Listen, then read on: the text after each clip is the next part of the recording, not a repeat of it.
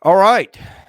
Chris Lee, Luke Wyatt, Billy Derrick here. Welcome to the VandySports podcast. We're doing this Wednesday morning, November the 8th. And boys, we got a lot to talk about. We'll get to that in just a minute. Before we begin, today's news presented by the Wash House. Are you dreading laundry day? Is it stealing time from the things you do that you truly enjoy? Let the laundry professionals at the Wash House take care of that for you with two convenient locations in the greater Nashville area. Just drop off your dirty laundry. Our professional attendants can give you back the one thing you can never have enough of, and that's your time. Within 24 hours, you can pick up your nicely folded, fresh, and clean laundry ready to be put away.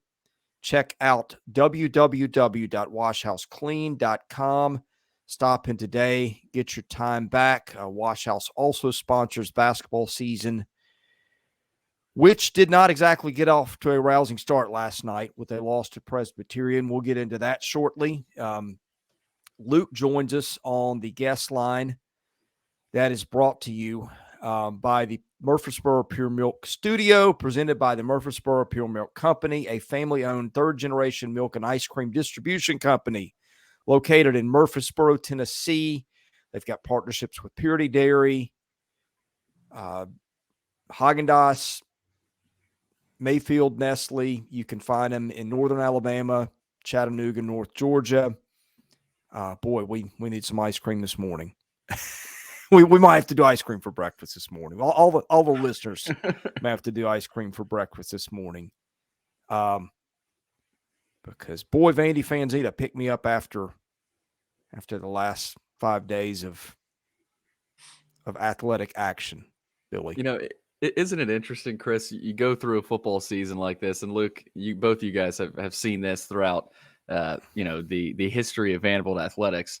You go through a football season like this one, right? And mentally, fans have probably been checked out for the last 2 to 3 weeks, maybe even longer, probably longer. And then you have this anticipation for basketball and this buildup, and there was excitement. I think there was hope, reasonably so. And then about an hour before the game, you realize that Tyrod Lawrence and Ben Allen Lubin and Lee Dort all will not play. And so all of a sudden it starts that, the curse comes back. And, it was almost par for the course. I hate saying that, but it almost was, Chris, in a weird way, especially in the Stackhouse era. So we were there, Joey and I were there, and we couldn't believe it. I mean, the fact that Vanderbilt lost to a team that won 5 games last year and went 1-17 in their conference, they're ranked 315 in the net. They might have broken 300 after that one last night, but just unexplainable, guys. I mean, unacceptable. And you've said that a lot in the Stackhouse era. Well, yeah, I mean, you can't even, last year, and Chris and I went over this several times, Billy, you can't lose to Grambling. And it wound up, I don't know that it was the Grambling loss or the Southern Miss loss or whatever it was that cost us not getting the NCAA tournament. Because the sad part about last year, we won 22 games, which was the most we'd won in over a decade. But yet your reward was the NIT because of what happened in the non-conference. Now, I don't agree with the net. I don't. But what happened last night, there's no excuse for that. I don't care if all 5 starters were out. There's no excuse for that. You could tell that, and I was at the game, watched Coach Stackhouse more than I watched the game probably, and watched his body language and how he sits there and with his towel and make sure his suit looks good and all that. That's fine. But he never felt like we were going to lose the game. You could tell it by looking at him until they hit 3 straight threes and they got up by double digits, and it was like you poured ants down his back. I don't look. Why you put yourself in that situation, I don't know. No one wants to lose. No one wants to have such a horrible showing that what they had last night where they wouldn't go. Look, I'm a 63-year-old man. I weigh 240 pounds, and I could have got to the rim last night. That's how bad the defense was. To me, shooting comes and goes, okay? You can have bad shooting nights. But when you defend that, and he tried to explain it away in his post game with the gap integrity of the defense and this and that bull crap. That was ridiculous. That was awful. And I know we don't have a rim protector. I know that. But all those guys were 6'5" and 6'6". So anyway, enough about that. We got a lot to talk about, but that's my feelings on last night. I think my favorite part of this sports season is when I'm with Billy and Joey, and they just look at me after games and like, how do you do this? Like, boys, welcome to my world, guys. It's been a decade most of the time. Of this. Most of the time, Chris is calm and cool, collected, and me and Joey are either laughing or smiling, confused. Like, we're all emotional. Chris is just kind of calm, cool, collected. Nothing's wrong over here.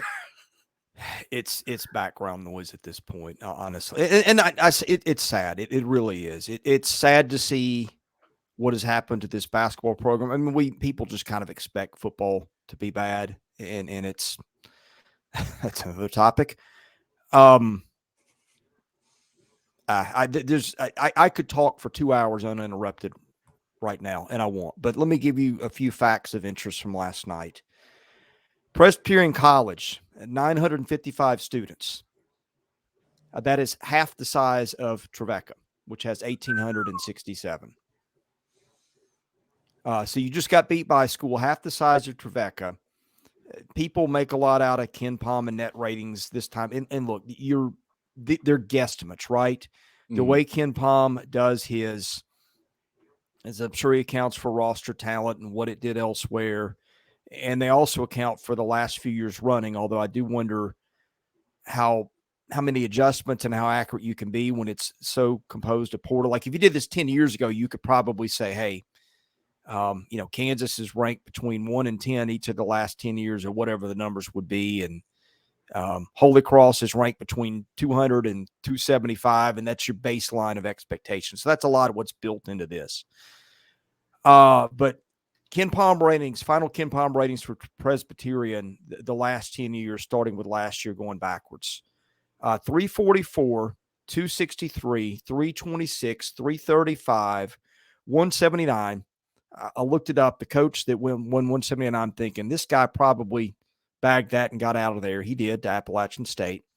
334, 350, 328, 326, 349. Now, there are currently 362 Division I teams. Some of those years that has been closer to 350. That is the history of the program that beat Vanderbilt last night. Furthermore, the team last night that beat Vanderbilt lost its last 18 games in last season in the Big South. The highest-ranked Ken Palm team that it played in that, I think, was 149. So barely a team or two in that slate that was in the top half nationally of Ken Palm. Lost 18 in a row to end the season. Had not won a game in 2023 until last night. And, oh, by the way, lost the two leading scorers off that team. Whether that's addition by subtraction or made the team worse, I don't know. Point is, we should never be having this conversation. And look, Vanderbilt played without Tyron Lawrence. Vanderbilt played without Vin Allen Lubin. Vanderbilt played without Lee Dort. But come on. Yeah.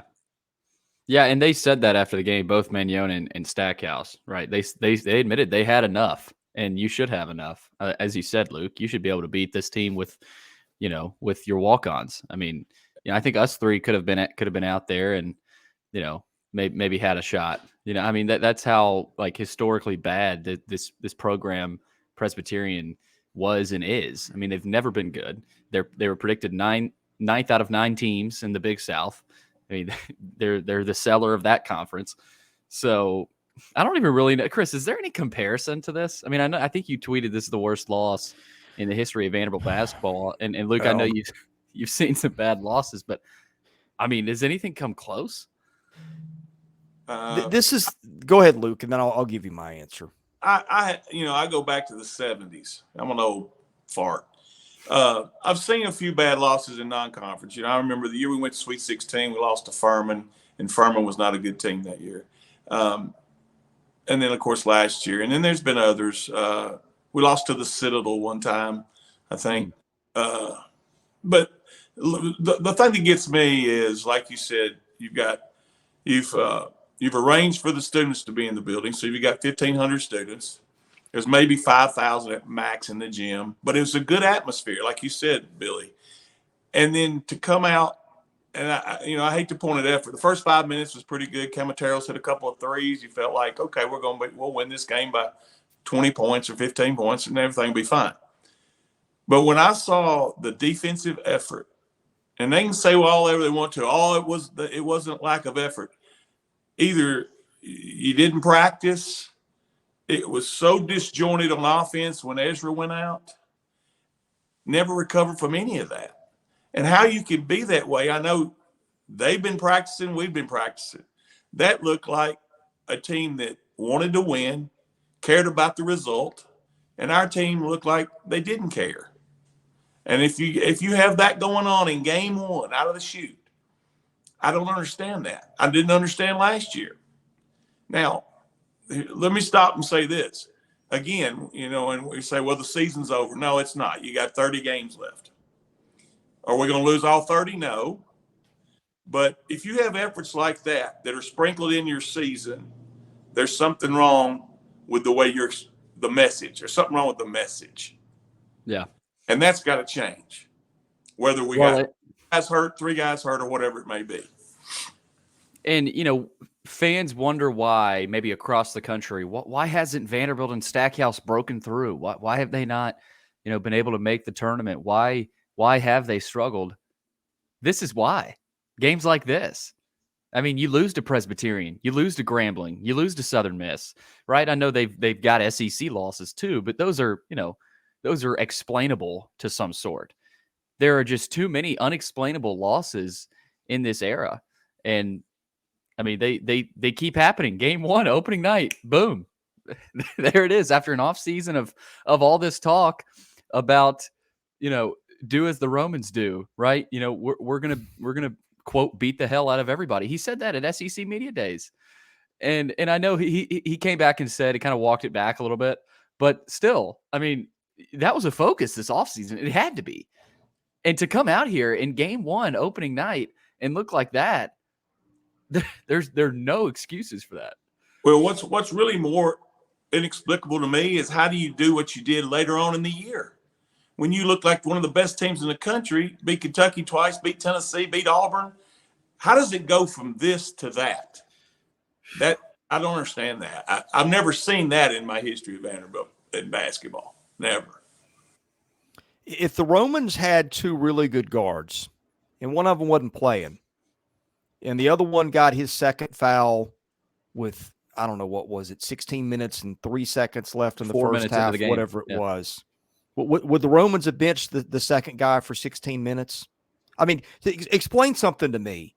Is there something magic that happens at halftime that makes fouls come off the board? Or is there something magic that happens in the final couple of minutes that makes you more likely to foul, at the end of the first half than the first of the second half? I get it. I get that's what coaches do. Well, I mean, that's what, okay, well, a few hundred years ago, we thought the world was flat, and 200 years ago, doctors bled patients when they were sick. Yeah. Is that the hill we're going to die on? Yeah, I guess, because, you think, Chris, we all think Rick Barnes is a good coach at Tennessee. He does the same thing. If you get 2 fouls, you sit the whole half. I don't know. Rick Barnes has also assembled a little bit higher of floor than his Jerry Stackhouse. When you make and see, that's the problem. That's the problem with Vanderbilt athletics in a nutshell. Last night, you think things that are not fatal other places are incredibly fatal at because your margin for error is that big, and I'm touching my fingers together. There's not even a space between them. You can get away with bad decisions other places, and that should be the mantra of Vanderbilt athletics is like, we cannot afford to make any mistakes because we've already shrunk our margin for error with everything. And look, this applies to Clark Lee too. There's a lot of stuff we can't say on this podcast today that probably needs to be said that can't be. And that is just how that is the problem of Vanderbilt athletics in a nutshell. Yeah, some other places they would do that. At no other place has everything that I've been cast with this and that to where when you make a mistake somewhere else, okay, it's the difference between winning by 25 and 18 at Vanderbilt. It's the difference between a win and a loss. Well, only thing I'll say to that is it shouldn't be a margin against Presbyterian. That shouldn't matter. Yeah, it shouldn't. If it does, then we ought to go 0-31 if that's the case. Because I don't want to knock Presbyterian, but if you can't beat them with any 5 guys you've got on your roster, issue. Yeah. We ready for the mailbag? Let's do it. Why not? Let's do it. Mailbag is brought to you by Sutherland and Belk, longest running sponsor of VandySports.com. Give Taylor or Russell a call. And Chris, I am frantically pulling that ad read up. I always lose it. Well, I'll tell you what. You pull the mailbag. I'll do the ad reads. Sutherland Belk is our longest running sponsor. Taylor Sutherland, Russell Belk, great human beings.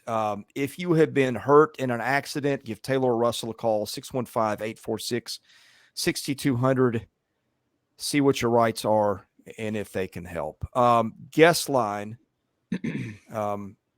is presented by John Levin and the Maynard Nexon Government Contracts Group. Excuse me. That trips me up every time.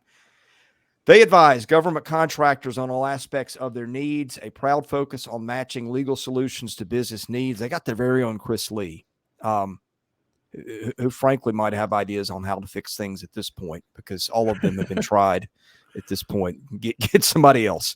That's what I got today. No, in all seriousness, we really appreciate our sponsors. Look, I'll just be honest. When Vanderbilt athletics struggles, we struggle too. Not just for words, but it's that's another thing. It's just getting the fan base has gotten so small, guys. You've seen it at football and basketball. There just aren't many people left who care, and so we appreciate those who do because they help make these things possible. So, big thank you to all 4 of our sponsors. All right, Billy, I don't even know how you want to attack the mailbag because it is all over the place. It was 23, 24 questions when I looked an hour ago. It may be 43 now, but I'll let you direct that where you may. Gotcha. Well, we'll start with Stackhouse here. GLH4VU, I think this was the first question right when you put it up, Chris. GLH4VU asks, how does Jerry Stackhouse keep his job? And I don't mean what does he have to do, but how does Candace Story-Lee not fire him? Also, do we trust Candace Story-Lee to have to make a men's basketball head coaching hire? Here's what I've got on that. Like Luke said, it's opening night. They're not making a move after the opening night loss, so that's out of the equation. Now we've seen firings. Whether it's mid-season or late in the season, we've seen those before, right? In every sport that happens. I mean, that happens in college football. It's rare, especially at Vanderbilt. It's rare. I'm not sure if that's even ever happened at Vanderbilt. So I think that's most likely out of the question too. I think if this team doesn't make the NCAA tournament, they have a case to make a change. And I think we've said that, Luke. I think you've said that. I think that's sort of I think that's the connotation. That's the sentiment out there right now, and I'm going to stick with that. So, but tonight, I mean, I told Joey it was hot last night in Memorial. We were sweating through our shirts up there in the crow's nest, and I said the seat just got hotter too. It just got a lot hotter around this program, and so a win like that certainly doesn't help. Obviously, I think it maybe, if anything, it accelerates it and kind of intensifies everything. But other than that, I mean, Chris, obviously they're not making a move after that. Luke, it's just a matter of time. When? No, I've said it before, and I get a lot of pushback in football that 5 years is a watermark for most coaches in football, basketball, baseball, whatever it may be. And at Vanderbilt, because of the disadvantages that most coaches have, I agree with that. And this is year 5 for Coach Stackhouse. I'll say the same thing in year 5 for Coach Lee. If you're not progressing and your program doesn't show that you are a NCAA bubble team or in the NCAA this year, because it's year 5, or if Clark is not at 6-5 or 6-6 by year 5, then you need to change, because 5 years, that means you've got your handprints are all over it. It's your baby. It's what you've put out there. It's for everyone to see. So year 5, in my opinion, if Coach Stackhouse doesn't make the tournament, unless 5 guys are out for the year or something crazy happens, which at Vanderbilt that could very well happen, but then we should move on. Luke, I got a question for you. Sure. 4 major sports, both basketballs, baseball, football. When's the last time Vanderbilt made a good hire with a coach? It's a good question. I mean, I don't know. You know that everyone. James Franklin, of course, the 3 years. 2010, right? Yeah. So that was 2010. Kevin Stallings for 17 years was 1998. That back. Women's basketball. Melanie Balcom was a good hire. Toward the end of her, she fell off, but she had success. And then, of course, Tim Corbin. So what's the early? So the answer is 2009, yeah. 2010, whatever. Yeah. Yeah. Who's making the hire this time? Well, it better not be who's in the athletic director, because I don't think, and personally, and it's my opinion, I don't think she should be making any major hires. She learned from David Williams. Everything she does is basically what David. I mean, she's been running the athletic department since 2016, folks. Y'all don't know that, but she has, making decisions. Now, obviously, David would step in, and I'm sure they talked to each other about things the last couple of years. But she was pulling the strings, and she ran the department, and everybody that worked there knew it. Everybody. Okay, people are going to push back on that. How do you know that's true? Well, because I was in the building. I worked in it every day. I went to meetings. And when I was talking to at my time, my associate AD, he would say, well, we got to run it through Candace. We got to run it up the flagpole for Candace. I'm like, wait a minute. I thought David Williams was our athletic director. And I even said that one time in a meeting and got looks like, Luke, why would you say that? So I know she was, I mean, it's simple. It was obvious when you work with someone all day long and you see them and you see what they do and you hear what's going on in meetings. And she ran the show. She can take credit for the good things that happen, but she also got to take the blame for when things weren't going right. And let me say this too. She's not alone in athletic directors that have been poor at Vanderbilt. In my opinion, Roy Kramer is the only one that every day when he walked in that building was trying to make Vanderbilt better in every way in athletics. That was it. None of the rest of them did. They had agendas for other things. This time, if Daniel Diermeyer doesn't see this, and maybe, I don't know, maybe I'm wrong. Maybe we should be blaming Daniel for the last couple of years. I don't know. I don't think so. But you have to look. If you're in Kirkland, in your ivory tower, you better look over there at athletics and say, okay, we got all these cranes over here, and we're building these nice facilities now. You're missing out on the big point. All the ancillary stuff doesn't matter anymore. It's W's. And if you don't get them, it doesn't matter what you build. And I think go ahead. I'm sorry.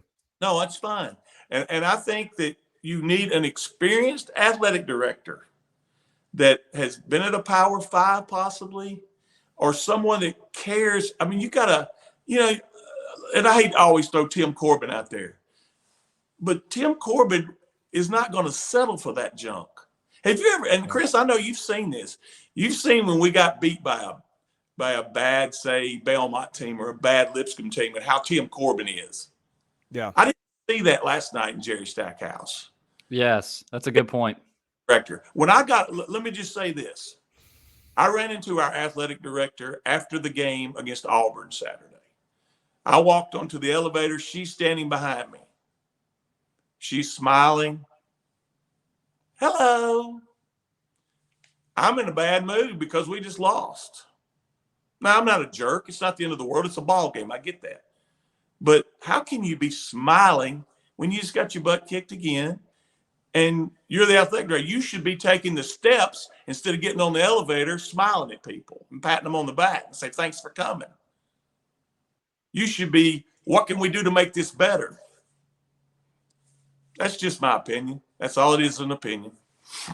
Look, you know this as much as anybody. They make it about the personalities, and you're either with them or you're for them. And if you're not for them, you're part of the and winning and losing is secondary. I mean, secondary might not even be the word for it.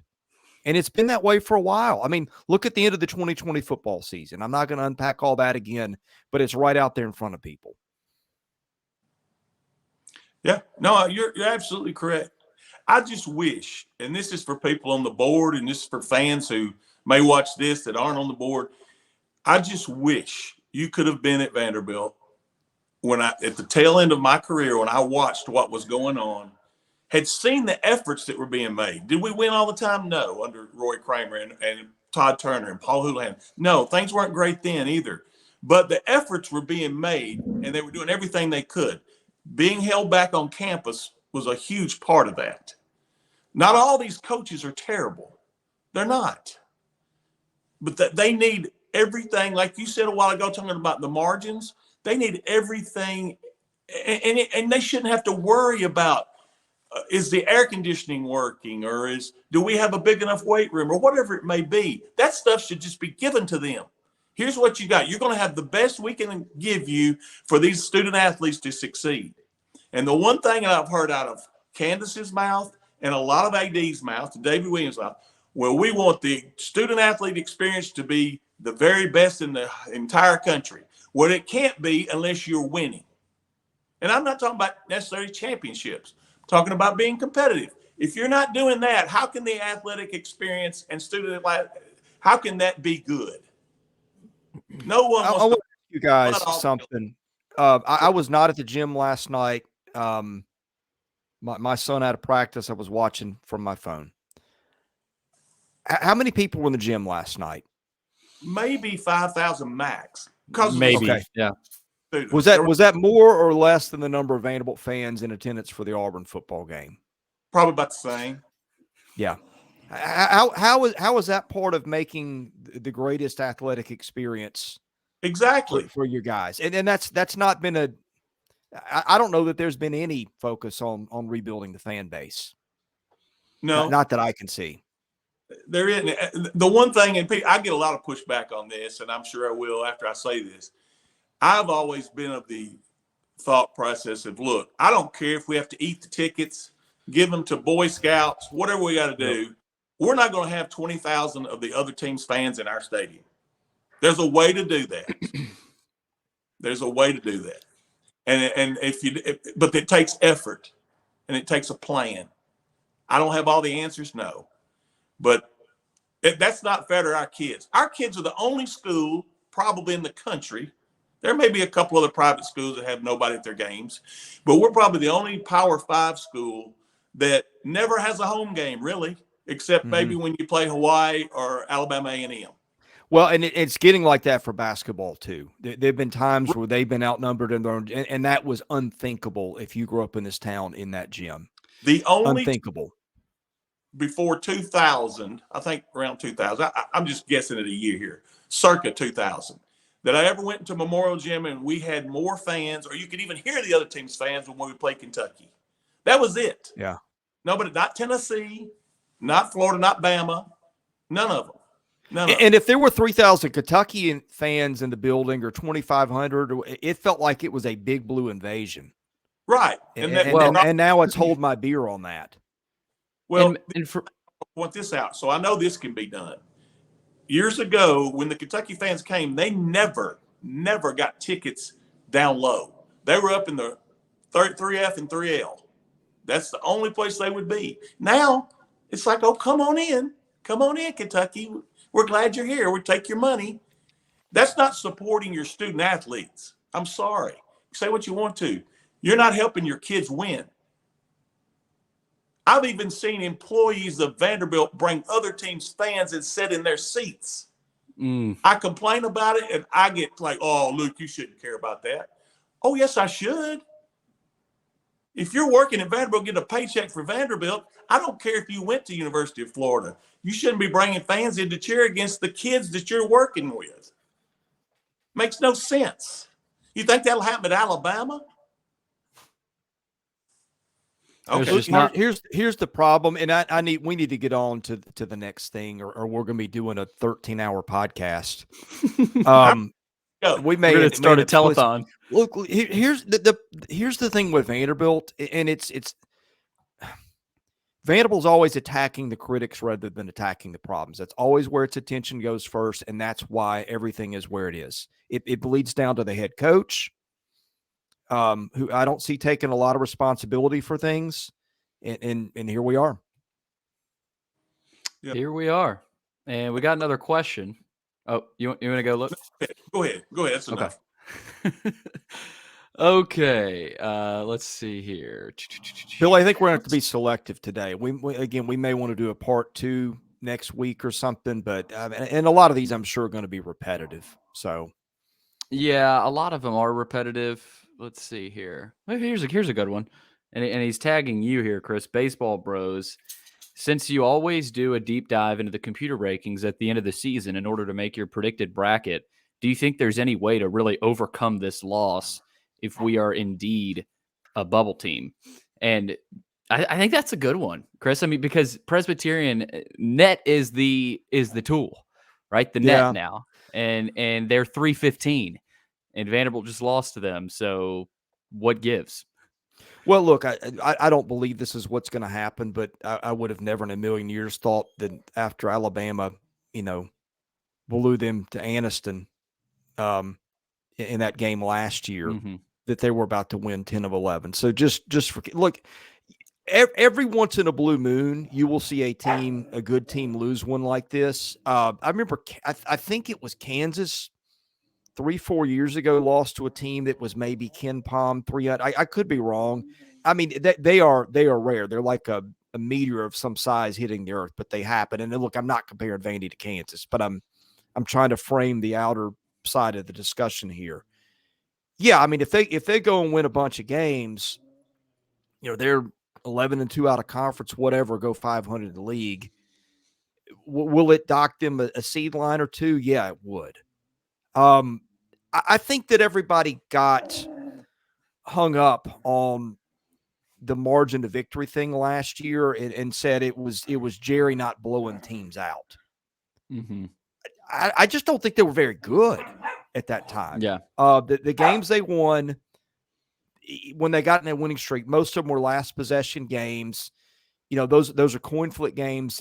They had years where they wouldn't win any of those games. Last year, the law of averages kind of returned and they started winning a bunch of those games, but they weren't winning them by much. Now, I've said, I think Vanderbilt and a couple of teams, Wisconsin was one of them, they were outliers. I think they should have, boy, is losing his mind over here.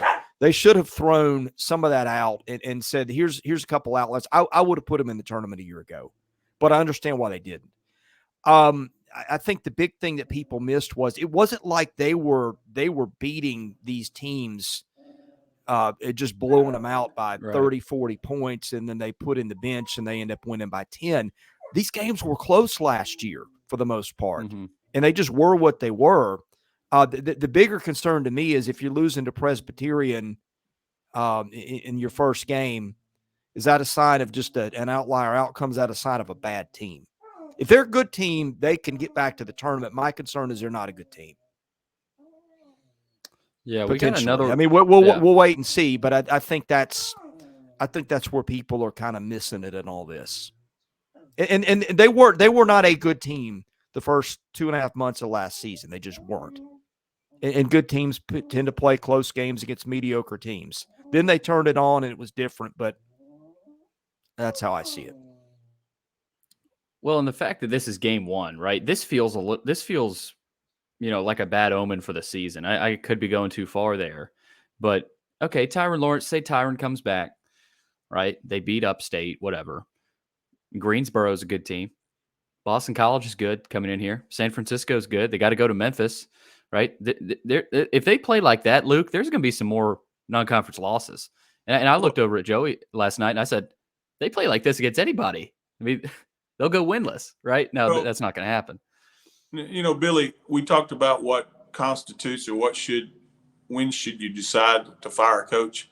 In my opinion, I said, someone asked me and I texted back. I don't know. I was bored, so I gave them an answer. They give me a guess on this team, and I said, I think 19 or 20 wins, 10 wins in non-conference. Well, if this team winds up going 7-6 in non-conference or something like that, that's when you take your look and say, okay, look, we probably, before even the conference starts, we need to make a decision here. Right. That's the way I would do it, because that at least your fan base, look, we know now it's almost nearly impossible, because Vanderbilt won 11 games last year after going 7-6 in non-conference and didn't make the tournament. So, basically you've got a huge deficit starting. Right. You need new leadership. Because if you 7-6 in non-conference or something silly like that again, there's no hope to make the tournament. The best you can do is NIT. Very best. Right. Luke, we got a good one here from Godors94. He says, why did he play so many players in the first half? After the lessons learned with the net last year, it made no sense. And I agree with that. Before the season, he said he was going to play about 10 to 11 guys. And that's a deep rotation. But a lot of those guys were freshmen. There's one point in the first half, he's playing 4 freshmen and a sophomore. I didn't see any sense of urgency. I didn't see, I just didn't see any attack. Like, we're going to dominate this team. It was just like, oh, we'll throw these guys out there and we'll be better. No, they proved to be, they weren't. It's the old roll the ball out there. We're playing Presbyterian. Right. We'll win the game. There was no, I can't say they don't work hard in practice. I don't know. But you could just tell that between the two teams, the intensity with which one was playing, and the intensity and the focus of detail that the other one had, was daylight and dark. Just take the uniforms out of it. Take Vanderbilt and PC out of it, and just put those guys out there in shirts and skins, and you'd be like, what are these guys with the skins doing? They don't even act like they want to be here. Yeah. How can you be so poor on day one of a season that's basically you've got to, and he's got to know that he needs to get to the tournament. How you can be so unprepared, and I'm not talking about for the other team because you don't have film on those guys. I get that. But I'm talking about unprepared yourself. You're going to have bad shooting nights. The 8 for 33 from 3, that's going to happen because this team's going to have to shoot a lot of threes. I get that. That's not it. It's the defensive end and the lack of – guys, if they weren't hitting open threes, they were hitting layups at the basket. That's you're not. That means you're not guarding anybody anywhere. Yeah, Presbyterian smelled blood, and that's all a team like that needs, right? Sure. And they get some belief. Vanderbilt didn't have much belief. Presbyterian second half, you could say they dominated that game, especially second half, which was the weirdest part about it. Without Ezra, we lose last night by 25. Agreed. Think about that. Yeah, Stack after the game, Chris, I thought it was interesting. He said, we were lucky to even be in the game. He's right. He was right. One thing he's right about. Yeah. Yeah, which kind of hit me. That first half, even when they were ahead, it wasn't pretty. I'm thinking, how are you this is a 4-6 point game at halftime and I didn't think for a minute that the game was going to end the way it did. I thought they'd figure it out and win by, 20 points, but that's not what happened. No. Well, it's either one of the things. It's either like I just talked about, Chris, when you stepped away to 10 to Oreo. It's either one of two things. He couldn't stand it anymore, guys. He just couldn't take it. Give us some ice cream. Either if we go 10-3 or 11-2 in non-conference, this will be forgotten. If we don't, and we go 7-6, like I said, I have no problem with making a move. Here's a good one again from GoDoors94. We got a lot of multiple from the same people here. Bigger concern with this basketball program: the talent and roster construction, or the inability of Stackhouse to respect the preseason games. And that's mean, that's a good one. I mean, the roster construction has been subpar, maybe even worse. And I think that has contributed to early season struggles. Now, that's today's day and age of college basketball. But I think there's been so much attrition and so many new players coming in every year. There's been zero continuity. And I know people come at me and say that's every program, but you've got to have some continuity. I just don't think Vanderbilt ever has really enough in these off seasons. And then they get into the beginning of this season and they don't really know how to play together. So I think that has contributed to the, I guess, lack of respect for preseason games. But I think it falls on Stackhouse overall. I mean, this was treated like an exhibition. This was almost treated like, you're playing the local D3 college and no one's watching. That's simply not what this was. This was opening night, right? In front of a sparse crowd, quite frankly, but there was some excitement for a good season, and you come out looking like that. That's a good question, but I think the talent and roster construction is a bigger issue because it has contributed to a lot of these early season struggles. I don't know what you think, Luke. No, I mean, that's pretty good analysis. The one thing I would say is go back, and no one wants to do this. In fact, I won't. But go back and watch the film of last night's game and watch the effort on both ends of the floor that Ezra is giving compared to most everybody else on that floor. You'll be shocked. You'll be like, Ezra's playing because he's got money on the game. The rest of these guys bet against us. Now, I'm not saying it was all effort. A lot of it is they don't know where to be. And then you had Colin Smith had an awful night. You can't have that, especially when you got three guys out. You can't have that against anybody when it's that poor. But just watch the effort that Ezra gives compared to everybody else. He's the only leader out there that I see, period. And he's a good one. I love that kid. But the rest of just look at the rest of them and how they looked through it. I'm not picking on freshmen here. I'm talking about guys that have played. It's unacceptable. That kind of stuff is unacceptable. You should be, if I was Jerry Stackhouse and I went to that press conference, the first thing I'd do is apologize to the fans, to my team, because I failed my team. Obviously, my message didn't come across for you what you guys should do tonight to win a basketball game. He didn't do that. It's just like, oh, okay, we didn't play good. We'll be fine. We'll be this. No. You got to have, and maybe behind the scenes he is peeling the paint off the wall. I don't know. But you got to look in the mirror on that one, to me. All right, we got a football one here to close this out. And we haven't talked any football, so here we go. Forever Gold. What is the most likely scenario at season's end? Defensive coordinator change, offensive coordinator change, or both? My gut tells me there will be two changes there. Most likely, I mean, I don't even know if I can answer which one needs it more. That I think both both sides of the ball have underperformed, I think.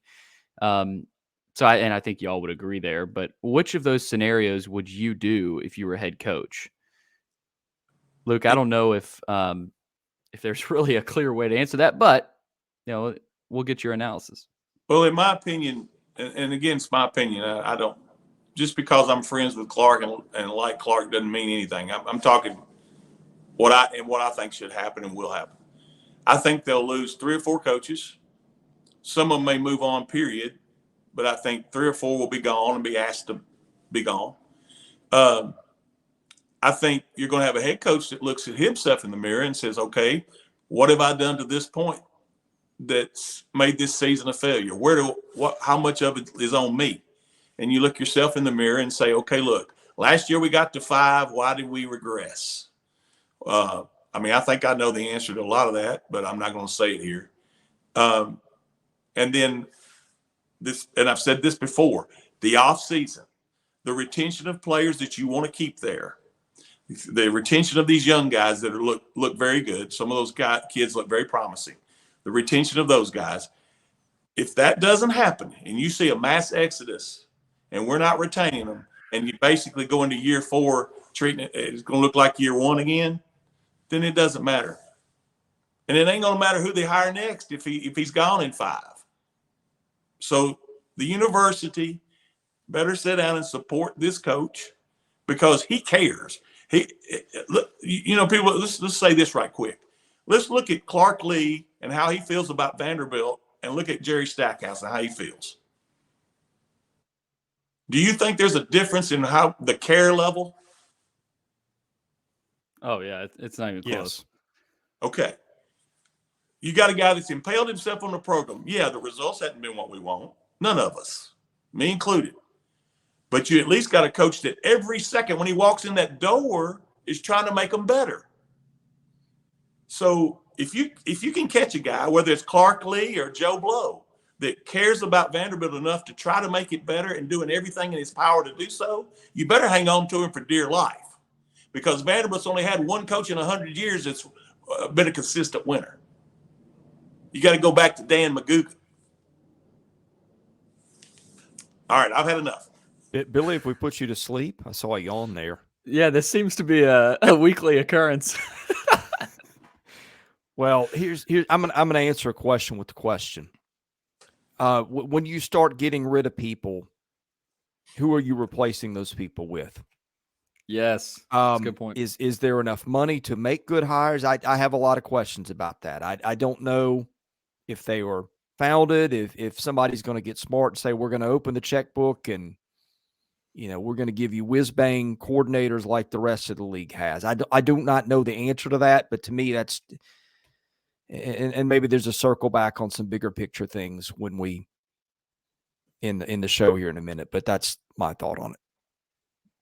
Guys, I don't know if y'all saw Washington State's head coach. I think his name Jake Dickert. Yeah, Yes. Jake Dickert came out and said something really interesting about NIL and how they have they're not competitive basically. And I think this was it was either a weekly presser or a post game.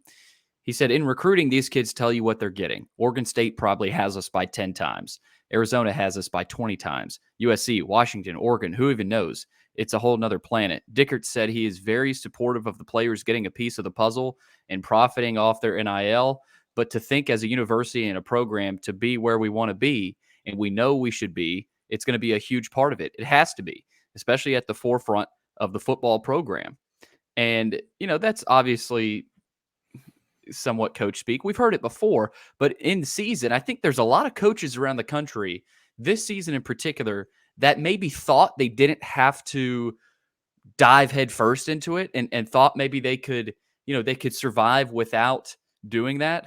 I think there's a lot of coaches, including Clark Lee, including Jake Dickert, at a lot of those programs, that are kind of on the border that know they won't get all the money that they probably want to and need, but they've got to survive. Now they're probably trying to push forward and do whatever it takes now, right?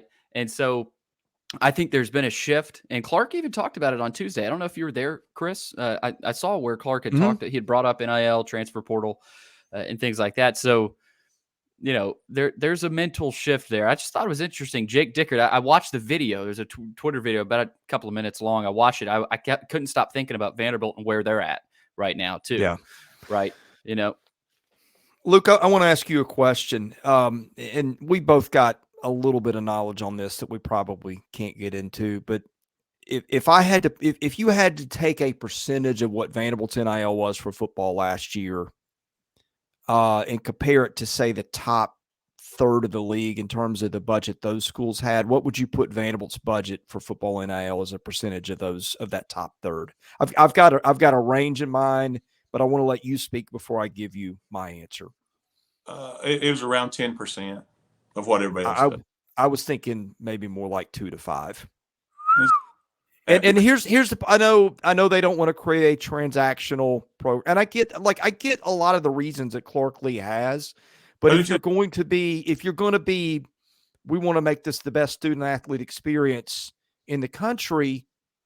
NIL is the biggest thing going now. Why do you exempt that from that? If you want to make it the best, then make your budget the best. And I know a lot of that's beyond his control, most, if not all of it's beyond his control at the moment. Well, I shouldn't say that. It's never completely beyond a coach's control, but you see my point.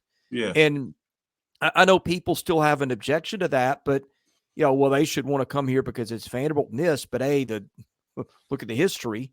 That's what you're walking to. Look at the stadium you're walking into. When they go to hire professors, and people will probably take offense at this, and it's not an exact comparison, but it's to make a point. When they go hire law school professors or whatever, do they say, hey, come to Vanderbilt from Georgetown. We'll pay you 10% of what you made there, but boy, it's Vanderbilt, and we're great. That's not how they approach it. And I just don't think you can approach football that way either. And again, I get there's some limits. I get that there's some perverse incentives provided by NL, paying kids up front once they got their bag. That breeds some questions about effort and chemistry. I get all those things, but in the bigger picture, that's where they are. Yeah. All right. That'll do it for football. That's there were a lot of basketball, Chris, just kind of floating around. A lot of people asked 3 or 4 questions of their own, but yeah, Vanderbilt does have South Carolina, a trip to Columbia on Saturday. And it's interesting, last year after a home basketball loss to a non-conference opponent, the next weekend, that next Saturday, Vanderbilt went and won a road football game. So again, I don't know. I don't think that's it might happen. Who knows? But just a little history there, short history. Yeah, it would be good for the mentality to have something positive happen at the end of the year. But again, the most important thing, and I said this a couple weeks ago, is not necessarily wins and losses right now. It's what happens at the end of this season, because it's going to tell a whole lot about Clark's future and the future of the program. I was going to ask for parting thoughts. Luke, did you want that to be yours, or do you have something else? That can be mine. Okay. Billy. Yeah, same sort of thing. And, I've been pointing to this for the last 2 or 3 weeks about this offseason. I think it's probably going to be more entertaining than the actual season. No disrespect intended. But, I think that would be a good thing for this program, that you do have an entertaining offseason. You have an offseason filled with headlines, and there's people around the country that start to take notice at what Vanderbilt's doing, because they certainly weren't doing that this year during the season with the product on the field. So there's a lot's going to happen. And I think I want fans to be ready. I want, I think we're ready, but I just want people to be prepared for what could happen this offseason, because, there's going to be some negative with attrition, but I think there's going to be some positive with some players and coaches coming in. So it should be interesting. Yeah, here's my thought. It's firing season. That's in the air. I get it. That's what happens when you don't win or lose. And I'm not even saying it's unjustified, or that there aren't people that need to go, but it's always the, okay, what next? What next? You got an issue. Okay, guys, you need to make sure, and my goodness, this was a discussion on our board last night. I'm not going to get too deep in the weeds, but it's who's hiring the people. And are you confident that you got the right person or people hiring the people? Because if you're not, and you're not going to make a change there immediately, what are you doing? You're letting that person hire coaches for somebody else to come over and take over. And again, I point to their hiring process for coaches. We couldn't name a good one they've hired without going back 15 years now. And that's where they are. So there's a lot of stuff to unpack here. I get a lot of text messages and phone calls, and there's a lot of doubt creeping in about Daniel Diermeyer. I'm not saying it's fair. I don't know what's fair. I don't know what's not. But the longer you lose, the longer you stick by, these are the people that we're gonna make as the rocks of our program. They're gonna make our decisions. These are our people. I always said, and I've managed people before, when there's a problem at first, it's another person problem. Like, Billy, if you're working for me and you're out there, doing something in press conferences that's inappropriate or whatever, that's a you problem at first until I know about it, then becomes a me problem. Right. The minute it becomes a me problem, it continues to be a me problem. In other words, if you're out there doing the same thing that you've done and we're getting the same results, that's on me at this point. And I think they let this go on. People yelled at Derek Mason for a long time, and I felt bad for Derek, because Derek was probably doing the best of his ability when you keep putting a guy out there and they're just not right for the job, your criticism should go to the people above his head who let him stick around. That's the situation Vanderbilt finds itself in. I think if you're going to start firing coaches, you better make sure that the person in charge is the person you're going to anchor your endeavors to for the new future. Otherwise, if you get that reversed, then you create problems in multiple ways, and I'll just leave it there. Look, can I say, I know I said I was done, but I do want to say one more thing.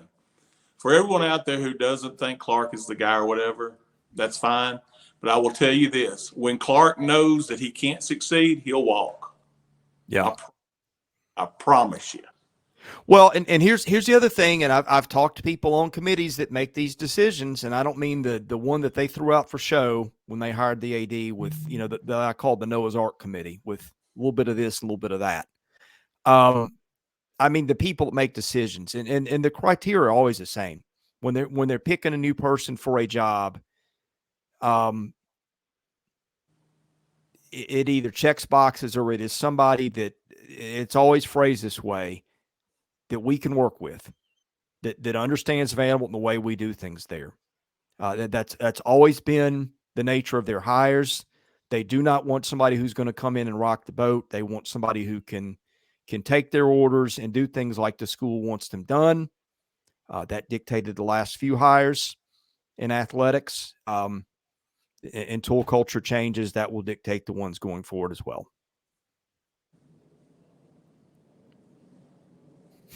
Everybody, all right. Ice cream. Happy times. Go get ice cream. Cheer up. Thank you for listening to the VandySports podcast. Yeah. I got my Mayfield Moose Tracks, Chris. Good. That's a good start. Well, we thank our audience. We thank our sponsors. I thank Luke and I thank Billy. Thank you for listening to the VandySports podcast. I'm your host, Chris Lee. We'll see you again soon.